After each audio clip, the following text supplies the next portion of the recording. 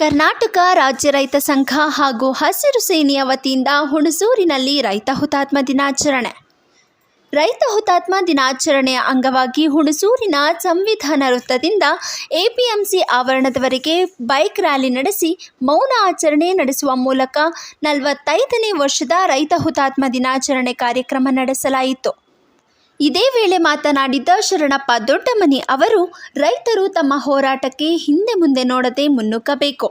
ಯಾವುದೇ ರೈತರ ಏನೇ ಸಮಸ್ಯೆ ಇದ್ದರೂ ಎಲ್ಲರೂ ಒಟ್ಟಾಗಿ ಹೋರಾಡಬೇಕು ಎಂದು ಹೇಳಿದರು. ಮಂಜುನಾಥ್ ಆರ್ ಗೌಡ ಅವರು ಮಾತನಾಡಿ, ರಾಜಕಾರಣಿಗಳು ರೈತರನ್ನು ಸಮಯಕ್ಕೆ ತಕ್ಕಂತೆ ಬಳಸಿಕೊಳ್ಳುತ್ತಿದ್ದಾರೆ. ಯಾರೂ ಕೂಡ ರಾಜಕಾರಣಿಗಳ ತಾಳಕ್ಕೆ ತಕ್ಕಂತೆ ಕುಣಿಯಬೇಡಿ. ರೈತರು ಒಟ್ಟಾದರೆ ವಿಧಾನಸೌಧಕ್ಕೂ ಹೋಗಬಹುದು. ಅದನ್ನು ಮುಂದಿನ ದಿನಗಳಲ್ಲಿ ತೋರಿಸಬೇಕು ಎಂದು ತಿಳಿಸಿದರು. ಇದೇ ವೇಳೆ ರಾಜ್ಯ ಗೌರವ ಅಧ್ಯಕ್ಷರಾದ ಪೆಂಜಹಳ್ಳಿ ನಾಗರಾಜ್ ಗೌಡ ಅವರನ್ನು, ರಾಜ್ಯ ಅಧ್ಯಕ್ಷರಾಗಿ ಮಂಜುನಾಥ್ ಗೌಡ ಅವರನ್ನು, ಜಿಲ್ಲಾ ಅಧ್ಯಕ್ಷರಾಗಿ ಜಯರಾಮ್ ಗೌಡ ಅವರನ್ನು ಆಯ್ಕೆ ಮಾಡಿ ಪ್ರಮಾಣ ಪತ್ರ ವಿತರಣೆ ಮಾಡಲಾಯಿತು.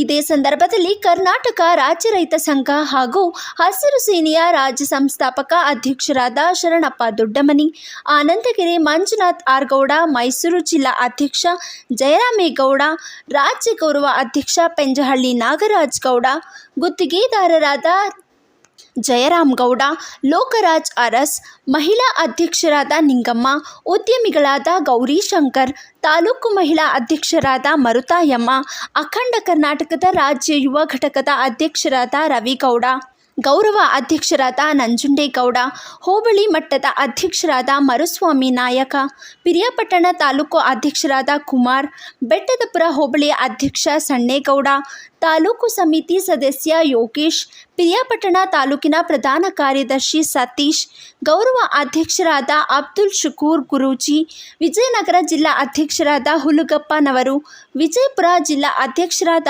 ಮೋತಿರಾಮ್ ಚವಾಣ್, ತುಮಕೂರು ಜಿಲ್ಲಾ ಅಧ್ಯಕ್ಷರಾದ ಪೂಜಾರಪ್ಪರವರು, ಹುಣಸೂರು ತಾಲೂಕಿನ ಹುಲ್ಲೇನಹಳ್ಳಿ ಗ್ರಾಮಸ್ಥರು, ಬಿಳಿಕೆ ಗ್ರಾಮಸ್ಥರು, ವರ್ತಕರ ಸಂಘದ ಅಧ್ಯಕ್ಷರು, ಸದಸ್ಯರು, ಹೆಗ್ಗಡದೇವನಕೋಟೆ ಮಹದೇವ, ಜಿಲ್ಲಾ ಯುವ ಘಟಕದ ಅಧ್ಯಕ್ಷರಾದ ಗಂಗಾಧರ್ ಗೌಡ, ಗೋವಿಂದರಾಜು, ಶಶಿಕುಮಾರ್, ತೇಂಜಿಂ, ಹೆಗ್ಗಡದೇವನಕೋಟೆ ತಾಲೂಕಿನ ರಾಜ್ಯ ರೈತ ಸಂಘ ಹಾಗೂ ಹಸಿರು ಸೇನೆಯ ಕಾರ್ಯಕರ್ತರು, ಕೆಆರ್ ನಗರ ತಾಲೂಕಿನ ಮಹಿಳಾ ಘಟಕದ ಅಧ್ಯಕ್ಷರಾದ ಲಕ್ಷ್ಮಿ, ದಲಿತ ಸಂಘದ ಸಮಿತಿಯ ಅಧ್ಯಕ್ಷರಾದ ಮಹಾದೇವಮ್ಮ, ವೇಣು, ಬನ್ನಿಕುಪ್ಪೆ ದಿನೇಶ್, ಮಹಾದೇವ್, ಅಖಂಡ ಕರ್ನಾಟಕ ಜಿಲ್ಲಾ ಅಧ್ಯಕ್ಷರಾದ ರೇವಣ್ಣ, ಜಿಲ್ಲಾ ಉಪಾಧ್ಯಕ್ಷ ಮೂರ್ತಿ ನಾಯಕ, ಅಡುಗೆ ಶಿವಣ್ಣ, ಗಣೇಶ್, ಪಾಂಡು ಸೇರಿದಂತೆ ನೂರಾರು ರೈತ ಮುಖಂಡರು ಹಾಜರಿದ್ದರು. ತುಂಗಭದ್ರಾ ಜಲಾಶಯ ಇದ್ದಂತೇಳಿ ಈ ಸಂದರ್ಭದಲ್ಲಿ ಹೇಳ್ಬೋದಾಗಿದೆ.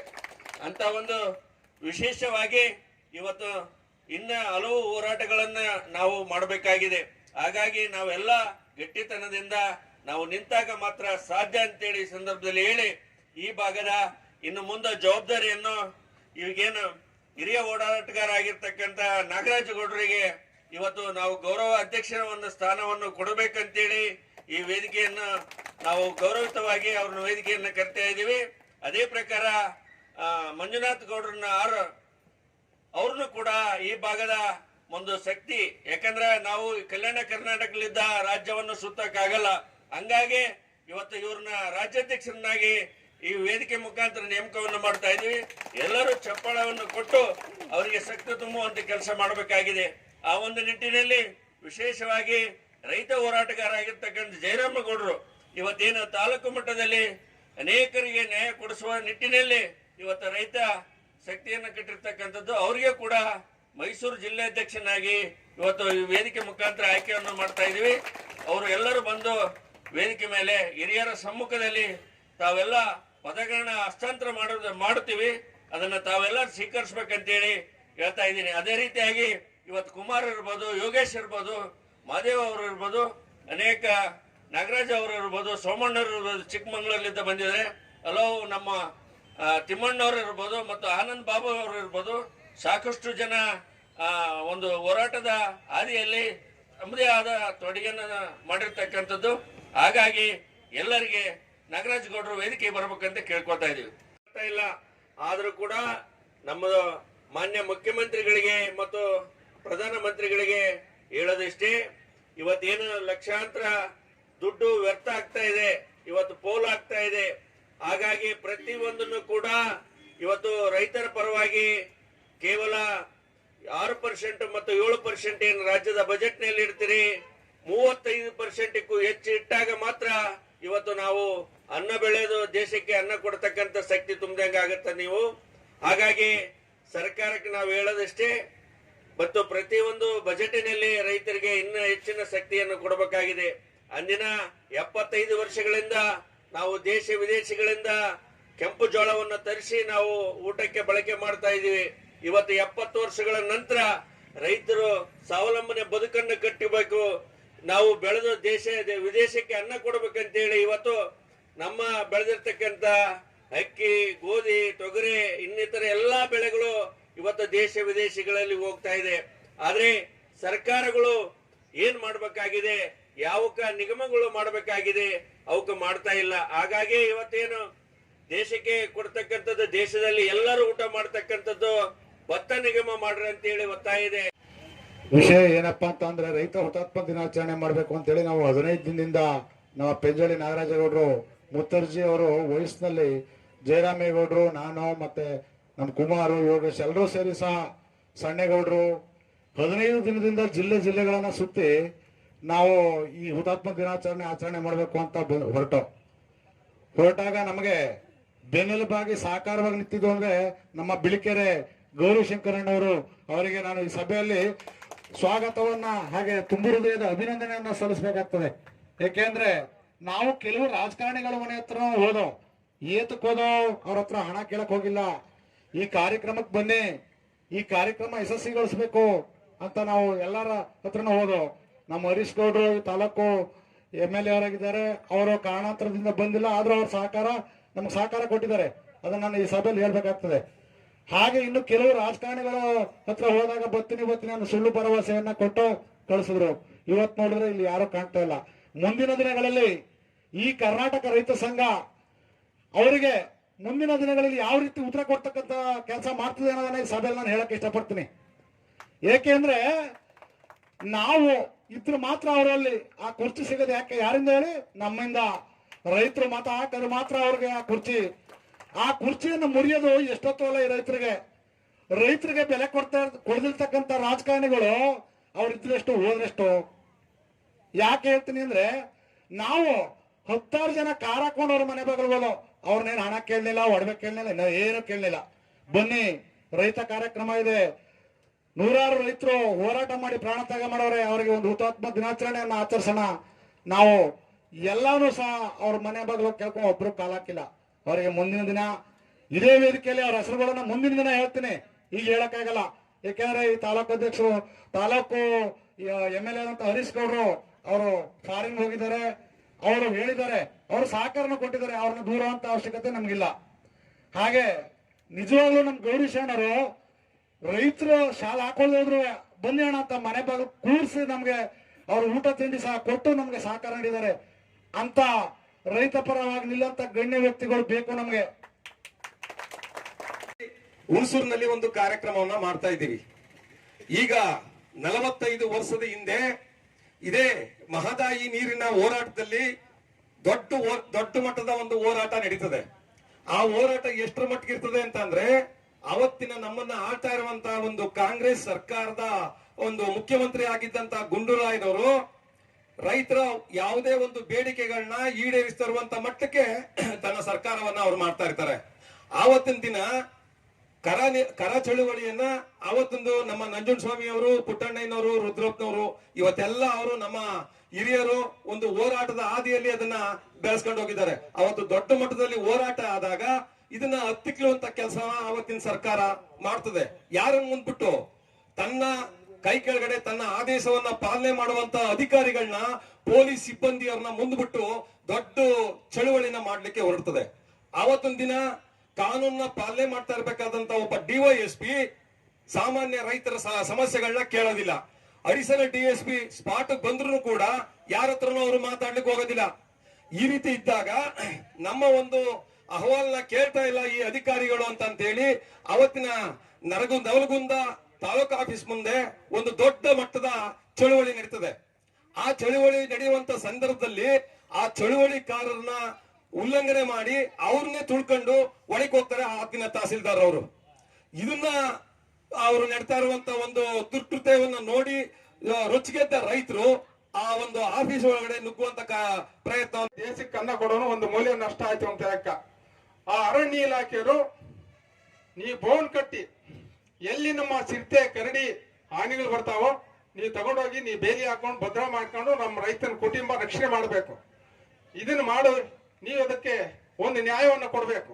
ಅದನ್ನ ಬಿಟ್ಟು ಜನಗಳ ಮೇಲೆ ಬಿಟ್ಟು ದಾಳಿ, ನಾನು ಈ ಮೈಸೂರು ಜಿಲ್ಲೆಯಲ್ಲಿ ಬಹಳಷ್ಟು ದಾಳಿಗಳಾಗ್ತಾ, ಇದು ಖಂಡನೆ.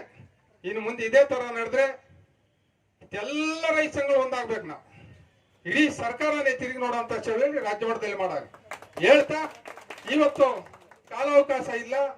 ನಮ್ಮ ಎಲ್ಲ ಇಲ್ಲಿ ಪತ್ರಿಕೆ ಮಾಧ್ಯಮದವರು, ನಮ್ಮ ರಾಜ್ಯ ಅಧ್ಯಕ್ಷರು, ಕಾರ್ಯದರ್ಶಿಗಳಾಗಿರೋರು, ತಾಲೂಕು ಅಧ್ಯಕ್ಷರು, ಕಾರ್ಯದ ಎಲ್ಲ ಗ್ರಾಮ ಘಟಕಗಳ ಅಧ್ಯಕ್ಷರು, ಸದಸ್ಯರು, ಮತ್ತೆ ಈ ಹುಣಸೂರಿನ ನಮ್ಮ ತಾಲೂಕು ರೈತ ಮುಖಂಡರು, ಅಕ್ಕ ತಂಗಿಯವರು, ಅಣ್ಣ ತಮ್ಮಂದರು, ಎಲ್ಲ ನಮ್ಮ ಎಲ್ಲ ಸಂಘಟನೆ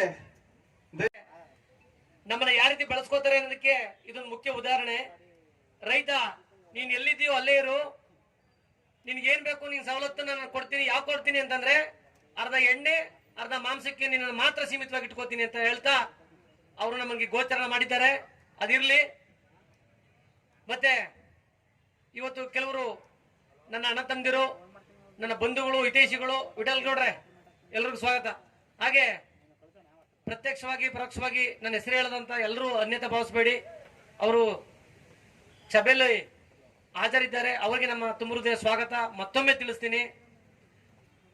ಮಾದೇವಣ್ಣವರೇ, ದಯಮಾಡಿ ರೈತ ಕಾರ್ಯಕ್ರಮ ಶಿಸ್ತು ಸಮಯ ಆಗ್ಬೇಕು, ಅದೆಲ್ಲ ಮಾಡ್ಬೇಕು. ನಾವು ಅನೇಕ ಹೋರಾಟಗಳು ಮಾಡಿದ್ವಿ. ಶಿವಾನಂದ ಪಾಟೀಲ್ ಮನಿ ಮುತ್ಕಿ ಹಾಕಿದ್ವಿ ನಾವು. ಅವಾಗ CM ಸಿದ್ದರಾಮಯ್ಯ ಮನಿ ಮುತ್ಕಿ ಹಾಕಿದ್ವಿ. ಯಾರು ಮಾಡಿಲ್ಲ ಇದ್ರಾಗ. ಅಂದ್ರೆ ನೀವು ಎಲ್ಲಾ ರೈತರು ಇದ್ರಾಗ 90% ರೈತರು, 30% ರೈತರೇ ಅಲ್ಲಿ ಬಂದಾರ. ರಾಜ್ಯಾಧ್ಯಕ್ಷಗಳಾಗ್ಲಿ, ಜಿಲ್ಲಾಧ್ಯಕ್ಷಗಳಾಗ್ಲಿ, ತಾಲೂಕಾಧ್ಯಕ್ಷಗಳಾಗ್ಲಿ. ಏನ ಅವಾಗ ಬೆಳಗಾವ್ರಿಗೆ ಬೊಮ್ಮಾಯ ಸರ್ಕಾರ ಇತ್ತವ. ಅವಾಗ ನಮ್ಮ ಮೇಲೆ ಲಾಠಿ ಚಾರ್ಜ್ ಐತಲ್ಲಿ. ಲಾಠಿ ಚಾರ್ಜ್ ಆದ್ಮೇಲೆ ಬಿ ನಾವು ವಿಧಾನಸೌಧ ಮುತ್ಕಿ ಹಾಕಕ್ ಹೋಗಿದ್ವಿ. ಏನ ಅವಾಗ ಗೌರವ ಚಿನ್ನಪ್ಪ ಪೂಜಾರಿ, ನಾವು ಎಲ್ಲರೂ ಅನೇಕ ನಾಯಕರು ಇರೋದು ಇದ್ರಾಗ ನೀವು ಸುಧಾ ಇರಬಹುದು. ಅವಾಗ ಬೆಳಗಾವ್ ಒಳಗೆ ಹೋರಾಟ ಮಾಡಿದ ಟೈಮ್ ಒಳಗೆ ಕುರ್ಚಿಗಳೆಲ್ಲ ಎತ್ತು ಹೋಗಿದ್ವಿ ಹೊರಗೆ.